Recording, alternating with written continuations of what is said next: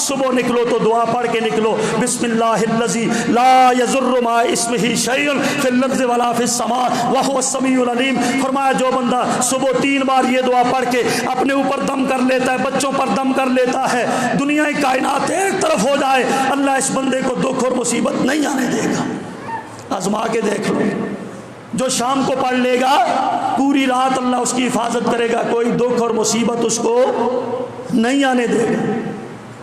ایک صحابی کا واقعہ آتا ہے، حجاج بن یوسف نے اس کو سامنے لایا گیا قتل کرنے کے لیے، حجاج نے کہا قتل کر دو، یہ ہے صحابی رسول۔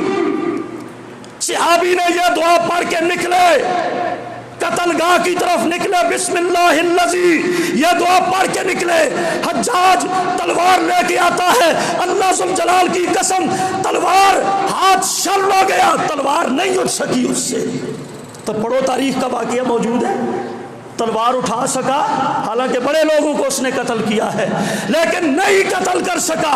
پھر تلوار اٹھائی، پھر جناب ہاتھ اس کا جواب دے گیا، پھر تلوار اٹھائی، جواب دے گیا۔ صحابی کہتا ہے او حجاج تم پاگل ہو گئے ہو، تم اللہ کی قسم ساری زندگی لگے رہو، مجھے قتل نہیں کر سکتے ہو۔ بولا پھر اس کا راز بتاؤ۔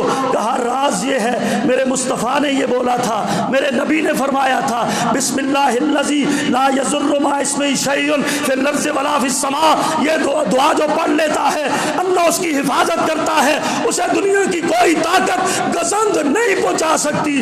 میں نے وہ دعا پڑھ رکھی ہے، کرو قتل۔ ایسا ایمان ہونا چاہیے، اللہ ہمیں بھی اس ایمان کا عشر عشیر نصیب فرما دے۔ تو میرے بھائیوں، یہ ہیں دکھوں اور مصیبتوں کے علاج جو چند ایک میں نے آپ کے سامنے رکھے ہیں۔ اللہ تعالیٰ مجھے اور آپ سب کو سمجھنے کی، عمل کی توفیق عطا فرمائے۔